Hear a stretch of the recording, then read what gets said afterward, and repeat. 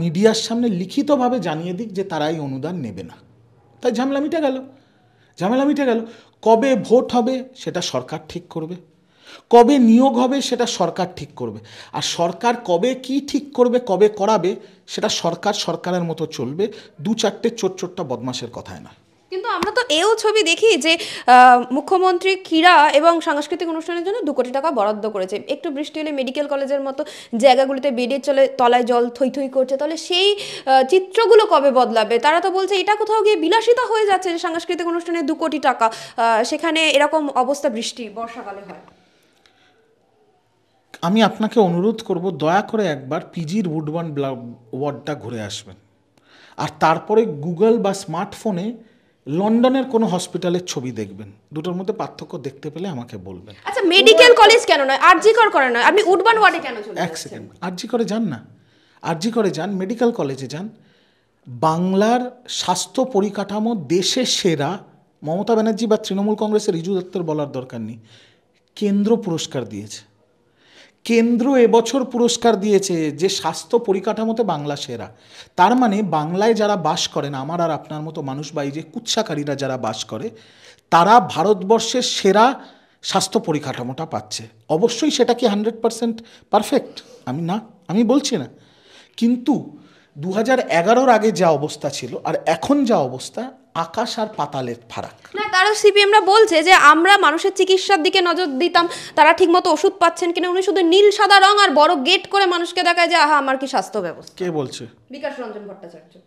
ওকে তো রাজ্য কমিটি থেকে বাদ দিয়ে দিয়েছে, ওকে ও নিজের দল রাজ্য কমিটিতে রাখেনি, ও আবার তৃণমূলের ব্যাপারে কথা বলবে। বয়স জড়িত কারণ যদি হয়, ফুট কাটতে তো ছাড়ছেন না। মামলা বিকাশ তো চাকরি প্রার্থী যারা রাস্তায় বসে আছে তাদের, যারা মেধাবী ছাত্র ন্যায্যভাবে চাকরি পেয়েছে তাদেরও চাকরি খেতে গেছে। এই সিপিএম মানুষের কথা বলবে? এই সিপিএম আমলে ইঁদুর আর বেড়ালে বাচ্চা তুলে নিয়ে চলে যেত ম্যাটারনিটি ওয়ার্ড থেকে, এরা স্বাস্থ্য ব্যবস্থা নিয়ে কথা বলবে? ভাবা যায়? যাদের কর্মী নেই, যারা শূন্যে পরিণত হয়ে গেছে। আমরা ছোটোবেলায় দেখতাম বিমান বোস থেকে শুরু করে সুজন চক্রবর্তী, মোহাম্মদ সেলিম সকালবেলা লাল বালতি নিয়ে ভিক্ষা চাইতে বেরোতো, কৌটো নাড়াতে বেরোতো। এখন তো সেটাও নেই। যাদের কর্মী নেই, যাদের সংগঠন নেই, যারা শূন্যে পরিণত হয়ে গেছে, তাদের এই যে হারমাত সম্মেলন চলছে ডানকুনিতে, হারমাত সম্মেলন, ওই হারমাত সম্মেলন ফিস্টির মেনু দেখেছেন? কাতলা মাছ, চিংড়ি মাছ, মিষ্টি, পরের দিন দুপুরবেলা আলু পোস্ত দিয়ে ভাত, রাত্রেবেলা ফিশ ফ্রাই। মাল আসছে কোথার থেকে দিদি? বলছে আপনারা নাকি বিরিয়ানি দিয়ে মুখ ধোন। বেশ করেছি, আমরা তো সর্বহারা করে লাপাই না। আমি কি রিজু দত্ত কি একবারও বলেছে আমি ভিখিরি, আমি সর্বহারা? বলিনি তো। এটা তো ওরা বলে। তো সর্বহারার দলের রাজ্য কমিটির মেম্বারদের 26 লাখের গাড়ি ওদের আইডিওলজিকে শ্যুট করে? একটা হারমাত সম্মেলন হচ্ছে বাংলার বুকে দাঁড়িয়ে, সেই সম্মেলনে একটা বাংলার মনীষীর ছবি দেখেছেন? নেতাজি সুভাষ বোস, তৃণমূল ছেড়ে দিন, নেতাজি সুভাষচন্দ্র বোস, ঈশ্বরচন্দ্র বিদ্যাসাগর, আমি রাজনীতির লোকেদের নাম ছেড়ে দিলাম, নেতাজি সুভাষ বোস, রামমোহন রায়, স্বামী বিবেকানন্দ, ঈশ্বরচন্দ্র বিদ্যাসাগর, বিনয় বাদল দীনেশ, মাস্টার দা, মাতঙ্গিনী হাজরা, কারোর ছবি আছে? নেই। এত বড় করে স্ট্যালিনের একটা গোদামুখ লাগিয়ে রেখেছে। ওদের কোন বাবার নাম স্ট্যালিন বলুন তো, আমি জানতে চাই।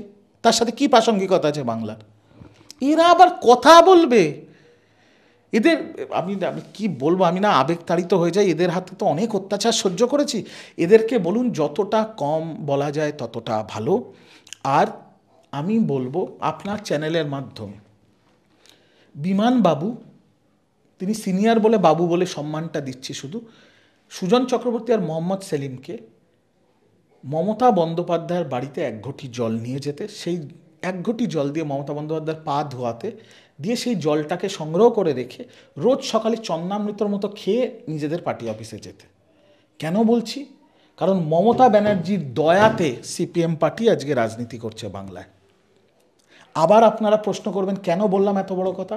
কারণ 2011 সালে যখন তৃণমূল কংগ্রেস ক্ষমতায় এসছিল, তখন মমতা ব্যানার্জি বলেছিলেন বদলা নয় বদল চাই। 34 বছরের মানুষের মনের মধ্যে যে রাগ জমেছিল, মমতা ব্যানার্জি যদি বলতেন 2 দিন বদলা নিয়ে নাও, তারপর আমি বদল করব, রক্ত গঙ্গা বয়ে যেত, লাল পার্টির একটা কর্মী, একটা সমর্থকও থাকতো না বাংলায়।